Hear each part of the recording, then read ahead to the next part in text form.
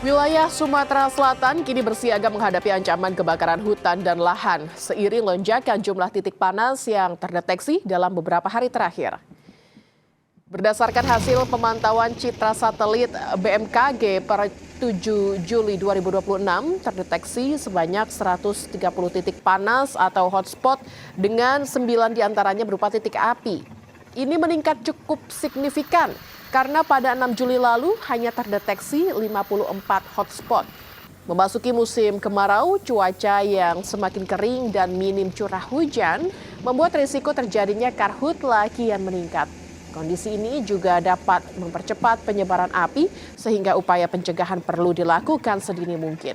Selain mewaspadai potensi karhutla, masyarakat juga diimbau menjaga kesehatan saat beraktivitas di luar ruangan di tengah cuaca panas ekstrim.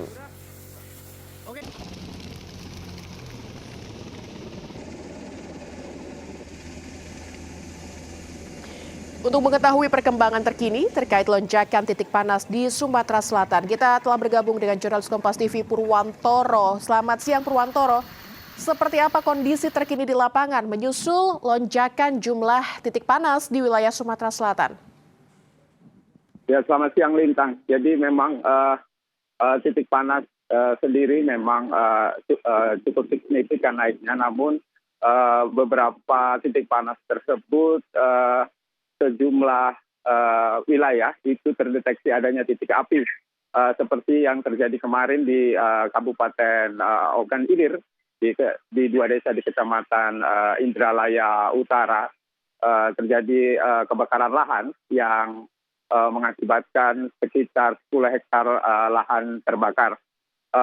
Aktivitas-aktivitas masyarakat yang atau manusia yang saat ini berada pada kekeringan yang cukup tinggi karena tidak terjadinya tidak turun hujan dalam 10 hari terakhir ini membuat potensi-potensi kebakaran cukup riskan atau cukup mudah terbakar, apalagi jenis tumbuhan atau vegetasi yang ada di Sumatera Selatan umumnya kering, bergambu dan mudah terbakar. Namun 10 hektar lahan ini sudah dapat dipadamkan oleh tim gabungan Manggala-Agni BPBD TNI Polri melalui darat dan udara sekitar pukul 16 waktu Indonesia bagian Barat kemarin. Dan saat ini terjadi kebakaran juga di lahan gambut di Ogan Komering Ilir yang kejadiannya kemarin petang baru dapat dipadamkan oleh tim darat dari Manggala-Agni Kementerian Kehutanan itu sekitar setengah hektar dari 2 hektar yang terbakar. Pagi ini mereka melanjutkan lagi bersama BPBD Kabupaten Ogan Komering Ilir untuk melakukan pemadaman. Potensi-potensi terjadinya kebakaran memang cukup tinggi. Ini sudah diperingatkan oleh BMKG dengan prediksi-prediksinya setiap hari di tengah minimnya curah hujan atau menuju ke puncak kemarau. Lintang. Purwantoro, daerah mana saja yang menjadi perhatian dan langkah antisipasi apa yang disiapkan oleh pemerintah daerah menyusul status siaga karhutla? Ya Lintang, untuk status siaga karhutla sendiri di Sumatera Selatan sudah ditetapkan sejak 1 bulan lalu. Memang dengan penambahan alat dan personil.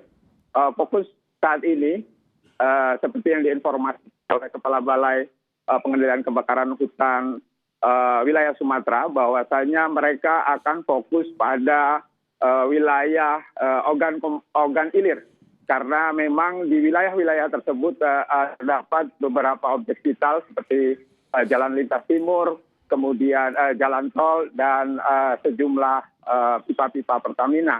Dan mereka akan menambah jumlah personil di setiap titik, terutama di Ogan Ilir dan Ogan Komering Ilir yang terdapat lahan-lahan gambut yang kedalamannya cukup dalam, dan kemudian melakukan frekuensi patroli udara dan patroli darat itu lebih diintensifkan lagi untuk mencegah terjadinya kebakaran lahan lintang. Baik. Karakter dari kondisi lahan di Sumatera Selatan yang memang berkarakter kering dan sebagian merupakan lahan gambut, inilah yang menjadi kendala petugas untuk memadamkan api dan menambah titik hotspot di sana. Terima kasih Purwantoro melaporkan langsung dari Palembang, Sumatera Selatan.